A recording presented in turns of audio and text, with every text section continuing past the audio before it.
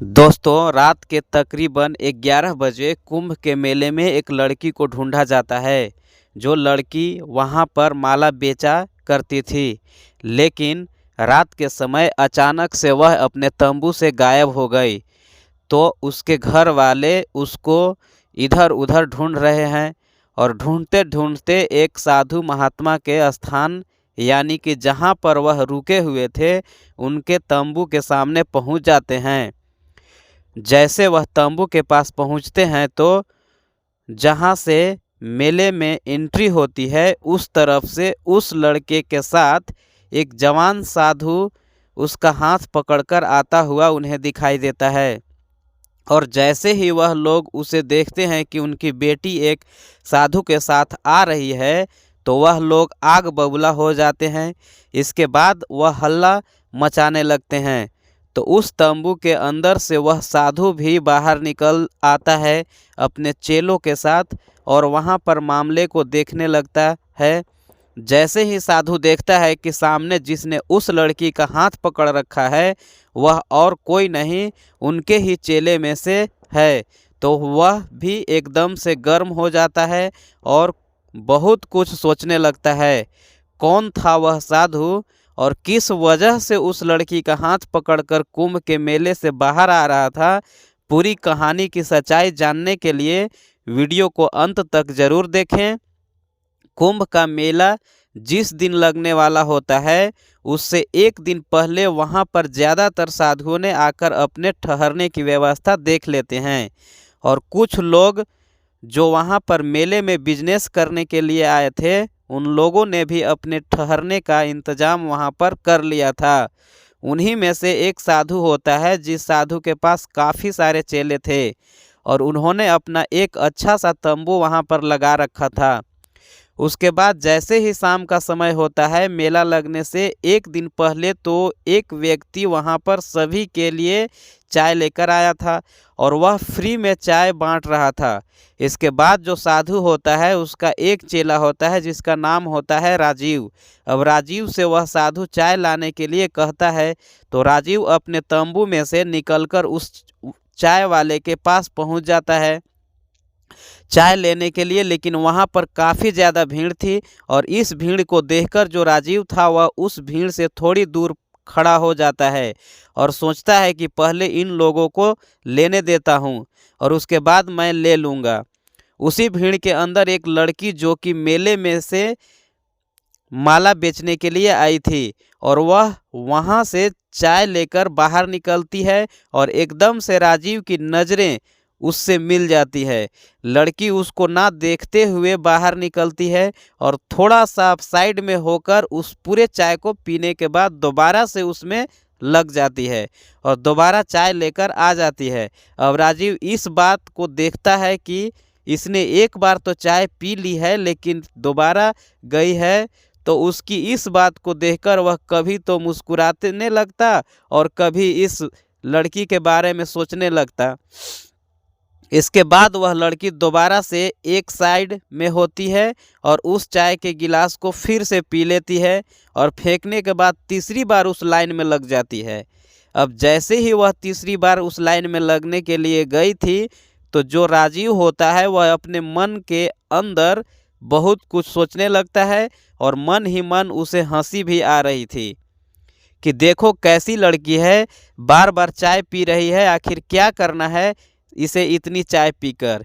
इसके बाद वह लड़की जब तीसरी बार चाय का कप लेकर बाहर निकलती है, तो अचानक से उसकी नज़र राजीव पर पड़ जाती है और राजीव उसे देखकर मुस्कुराने लगता है। अब जैसे ही वह मुस्कुराता है तो उस लड़की को लगता है कि इसने मुझे देख लिया है, कि मैंने कई बार चाय पी है। तो इसके बाद वह भी उसकी तरफ मुस्कुराकर वहाँ से शर्माकर चली जाती है।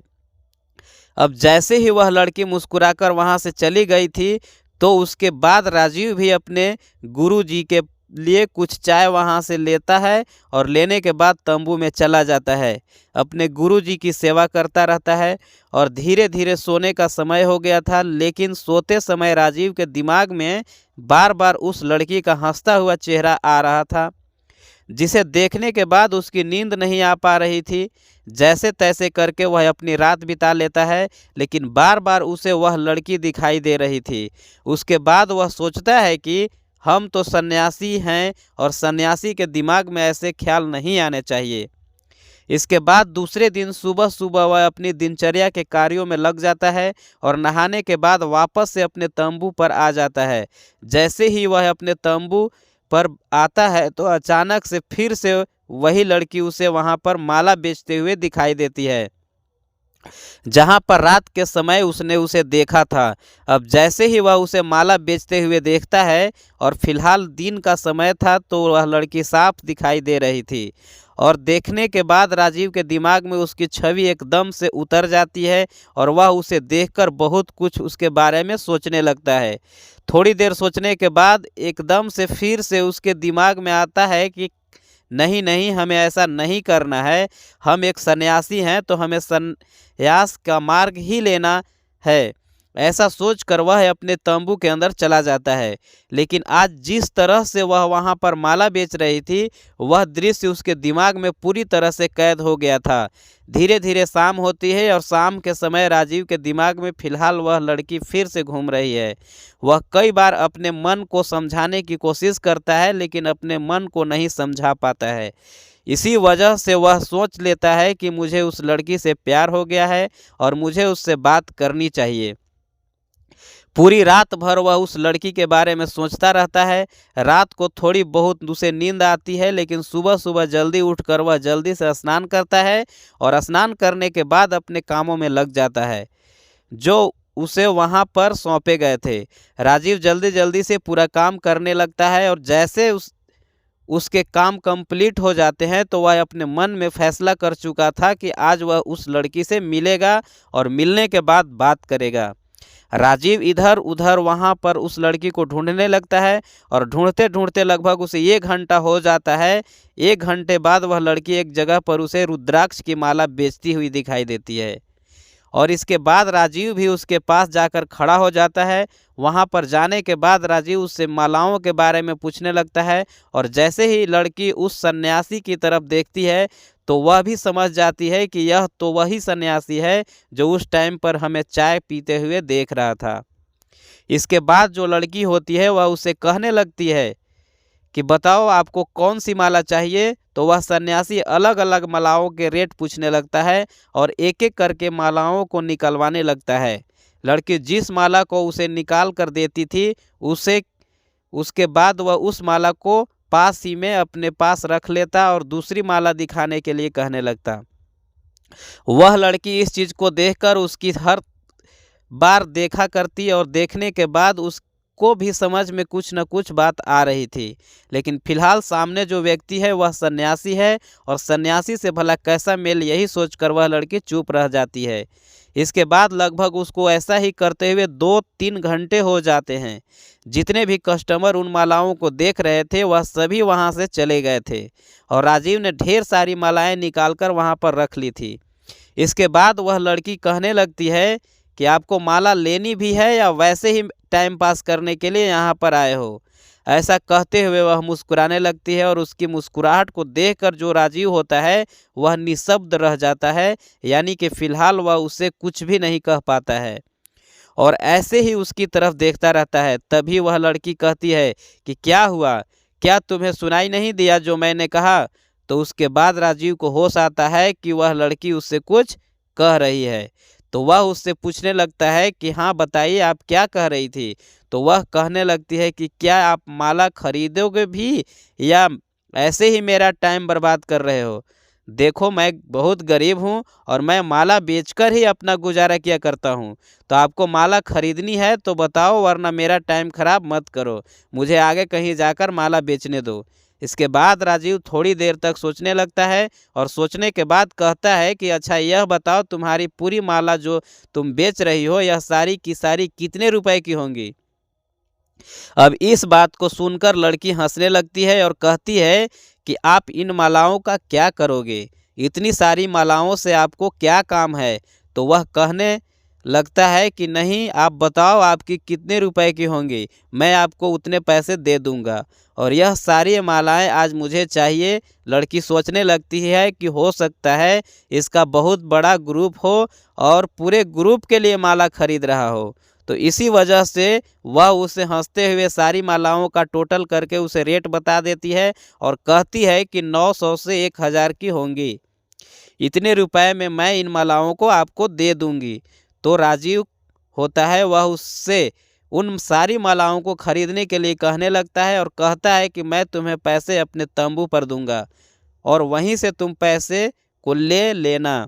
इसके बाद वह लड़की सारी मालाओं को उसे दे देती है और राजीव उन मालाओं को लेकर वहां से अपने तंबू पर चला जाता है और तंबू के अंदर जाने के बाद उन मालाओं को रखता है और अपने कपड़े चेंज करता है, क्योंकि उसको लग रहा था कि अगर मैं ऐसे कपड़ों में इससे बात करूंगा तो लोग अजीब तरह से हमारी ओर देखेंगे। तो इसी वजह से वह अपने तंबू में से अपने अच्छे से कपड़े पहनता है, जिनमें वह बिल्कुल भी एक साधु की तरह नहीं लगता है, नॉर्मल एक लड़का लगता है और उन कपड़ों को पहनकर वह बाहर निकलता है। अब जैसे ही जो लड़की माला बेच रही थी वह उसके रूप को देखती है तो बड़ी ही हैरान हो जाती है और सोचने लगती है कि ऐसा कैसे है। उसके बाद राजीव उसे मालाओं के पैसे निकाल कर देता है और कहने लगता है कि यह लो तुम्हारी मालाओं के पैसे, लेकिन तुम्हें एक काम और करना होगा। तो लड़की कहने लगती है कि क्या काम करना होगा। तो वह कहता है कि आज तुम्हारी माला बिक गई है तो इसके बाद अब शाम तक तुम्हें मेरे साथ रहना होगा, मैं तुम्हारे साथ कुछ बात करना चाहता हूँ। लड़की कहीं ना कहीं इन बातों को समझ रही थी, लेकिन सामने एक सन्यासी था और फिलहाल उसने अपने कपड़े चेंज कर लिए थे और देखने से बिल्कुल भी सन्यासी नहीं लग रहा था और देखने में भी काफ़ी ज़्यादा खूबसूरत था। तो वह लड़की उससे हाँ कह देती है और इसके बाद राजीव वह लड़की एक साथ घूमने लगते हैं।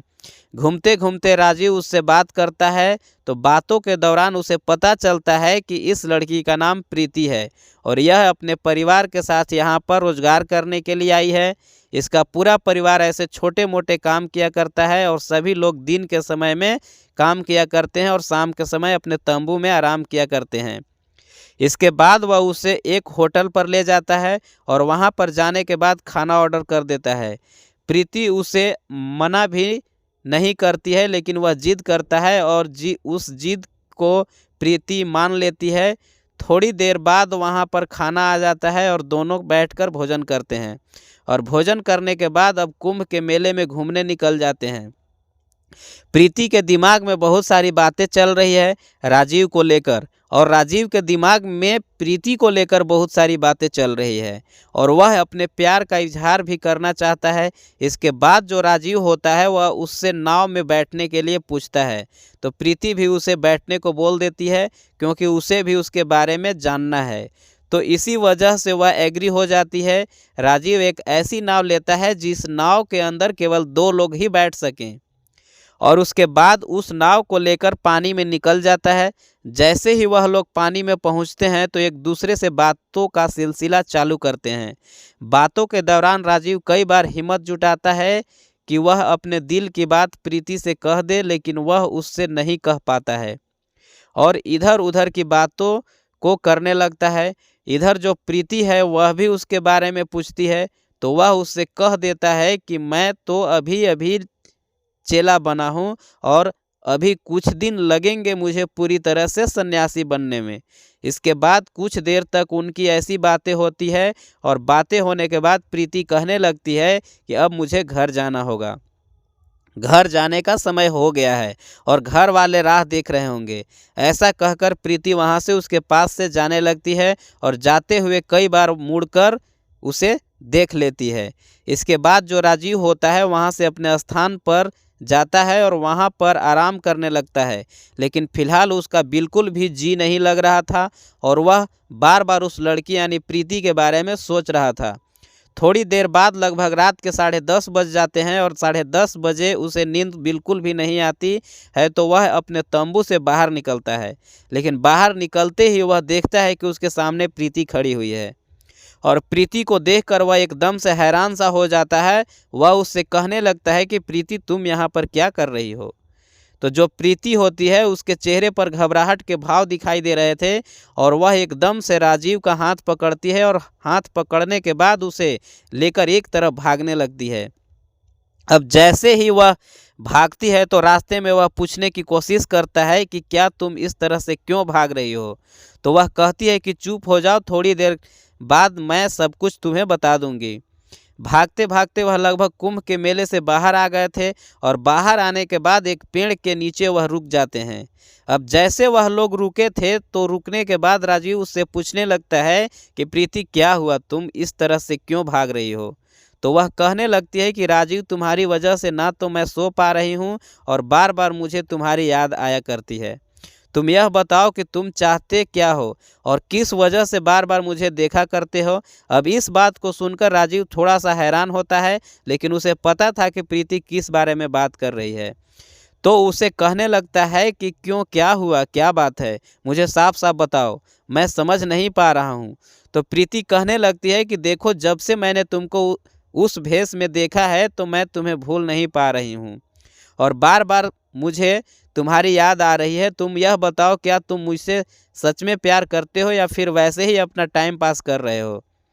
इस बात को सुनने के बाद राजीव तो इस बात का वेट ही कर रहा था, तो वह एकदम से कह देता है कि प्रीति, मैं तुमसे सच्चा प्यार किया करता हूँ और इसी वजह से बार बार मैं तुम्हारे आसपास घुमा करता हूँ और मैंने इसी वजह से तुम्हारी पूरी मालाएं खरीद ली थी। इस बात को सुनकर प्रीति कहने लगती है कि तुम तो साधु हो और साधु होकर तुम्हें यह बात शोभा नहीं देती है। तो राजीव कहने लगता है कि मुझे नहीं पता कि शोभा देता है या नहीं देता, लेकिन मैं इतना जानता हूँ कि मैं तुमसे प्यार कर बैठा हूँ और मैं तुम्हारे बिना अपनी ज़िंदगी की कल्पना भी नहीं कर सकता।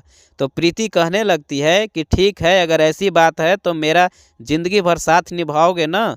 तो उसके बाद राजीव कह देता है कि हाँ बिल्कुल, मैं तुम्हारा ज़िंदगी भर साथ निभाऊंगा। अभी चलो, तुम्हारे घर वाले ढूंढ रहे होंगे। तो यहाँ से वापस चलते हैं। इसके बाद राजीव और प्रीति वहाँ से वापस आने लगते हैं और वापस आने में लगभग उन्हें 11 बज जाते हैं। 11 बजे दोनों एक दूसरे का हाथ पकड़कर कुंभ के मेले में आ रहे थे, क्योंकि वहाँ पर रात के समय ज़्यादा भीड़ नहीं थी। सभी लोग अपने अपने स्थान पर चले गए थे, इक्का दुक्का लोग इधर उधर घूम रहे थे। लेकिन वहीं पर प्रीति के घर वाले जब अपनी बेटी को तंबू के अंदर नहीं पाते हैं तो पहले तो वह उसको इधर उधर ढूंढते हैं, लेकिन जब वह वहाँ पर उन्हें नहीं मिलती है तो वह लोग चारों तरफ से उस ढूंढने लगते हैं।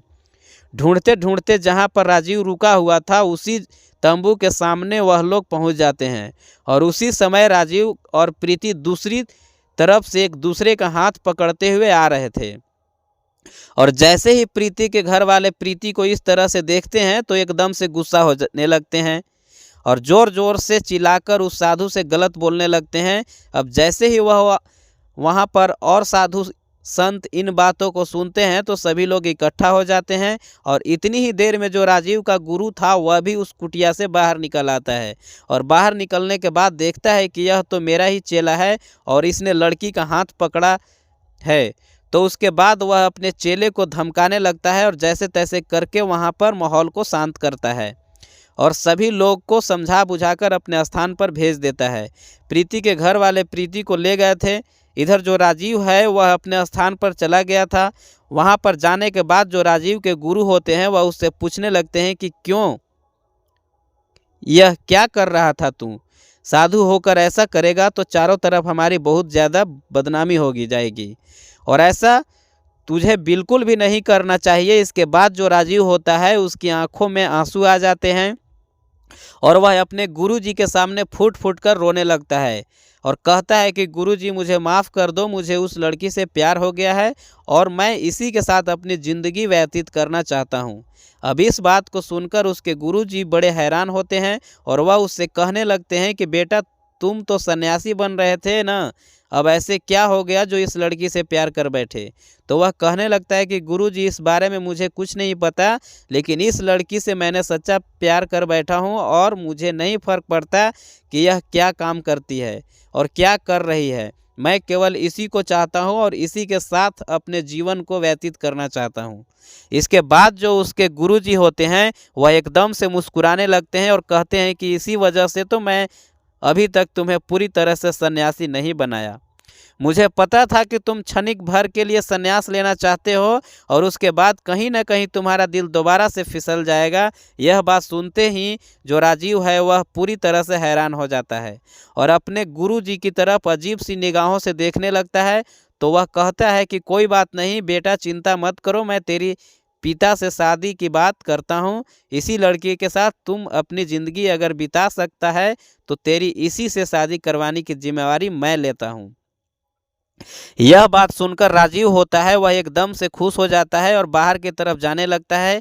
लेकिन तभी जो उसके गुरुजी होते हैं वह उसे रोकते हैं और कहते हैं कि बेटा सब्र रखो, पहले मैं तेरे पिता से बात कर लेता हूँ और वहीं आकर इसके घर वालों से बात करेंगे और तुम दोनों की शादी हो जाएगी।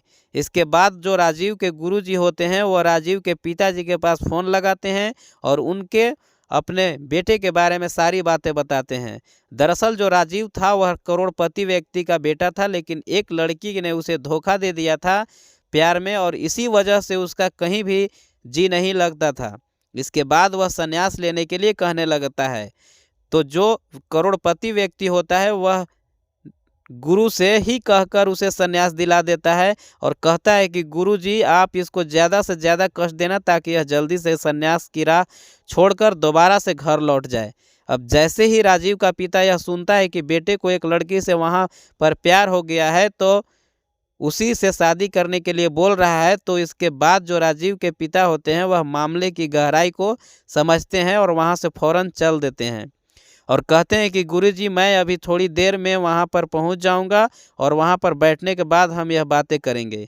राजीव के पिता का घर वहाँ से लगभग 200 किलोमीटर दूर था, तो लगभग उन्हें 3 घंटे लगते हैं यहाँ तक आने में और 3 घंटे में वह यहाँ पर आ जाते हैं। आने के बाद वह अपने बेटे पर चिल्लाने लगते हैं और कहने लगते हैं कि तूने तो एक माला बेचने वाली लड़की को पसंद किया है, भला मैं तेरी उससे कैसे शादी करा दूं। लेकिन तभी जो राजीव के पिता के गुरु जी होते हैं वह उससे कहने लगते हैं कि शांत हो जाओ, इस तरह से अगर बेटे को धमकाओगे तो यह मामला और भी ज़्यादा बिगड़ सकता है। वैसे यह दुनिया से दुखी होकर सन्यासी होने चला था, लेकिन अब फिलहाल यह दोबारा से अपने जीवन को अच्छी तरह से जीना चाहता है, तो हमें इसका साथ देना चाहिए ताकि इसके अंदर जीवन जीने की एक अलग से ऊर्जा आए और यह अपने जीवन को अच्छी तरह से जी सके। पहले तो राजीव के पिता मना करता है, फिर अपने गुरु की बात सुनकर वह भी इस बात को मानने के लिए तैयार हो जाता है। उसके बाद वह गुरु जी के साथ उसके ठिकाने पर जाता है और वहाँ पर जाकर वह अपने बेटे की शादी प्रीति से कराने की बात करता है। उन लोगों की हालत देखकर उसका मन तो नहीं कर रहा है, लेकिन जैसे उसके गुरु ने उसे समझाया है इन बातों को सोचकर वह इस बात के लिए एग्री हो जाता है। अब जैसे ही प्रीति के माता पिता देखते हैं कि बहुत ही अमीर व्यक्ति हैं, अच्छे से उन्होंने कपड़े पहन रखे हैं थे और वह अपने बारे में बता भी देता है, तो उसके बाद उन लोगों को इस बात से कोई भी आपत्ति नहीं होती है और वह कहने लगते हैं कि ठीक है साहब, अगर ऐसी बात है तो बेशक से अपने बेटी की शादी हमारी बेटी से करा दीजिए। इसके बाद उन दोनों की शादियां तय हो जाती है और शादी तय होने के बाद जो राजीव के पिता होते हैं वह कहते हैं कि ठीक है बेटा, अब तो बहुत हो गया, तू सन्यासी भी बन लिया, लेकिन अब अपनी ज़िंदगी में लौट चल, तेरी इसी लड़की से मैं शादी करा दूंगा। राजीव इस बात को सुनकर बड़ा ही खुश होता है। तो दोस्तों यह थी आज की कहानी, आपको कैसी लगी कमेंट सेक्शन में बता देना। बाकी वीडियो अच्छी लगी हो तो वीडियो को लाइक और चैनल को सब्सक्राइब ज़रूर करें ताकि हमें थोड़ा सा हौसला मिले आप लोगों के लिए ऐसे ही अच्छे अच्छे वीडियो बनाने के लिए। इन कहानियों को सुनाने का उद्देश्य किसी को परेशान करना बिल्कुल भी नहीं है। यह कहानी आपको इसलिए सुनाई जाती है ताकि आप लोग इन कहानियों से में से कुछ न कुछ सीख सको और अपने जीवन में उस चीज़ को अप्लाई कर सको। मिलते हैं किसी नेक्स्ट वीडियो में नए टॉपिक के साथ। तब तक के लिए सभी दोस्तों का बहुत बहुत धन्यवाद।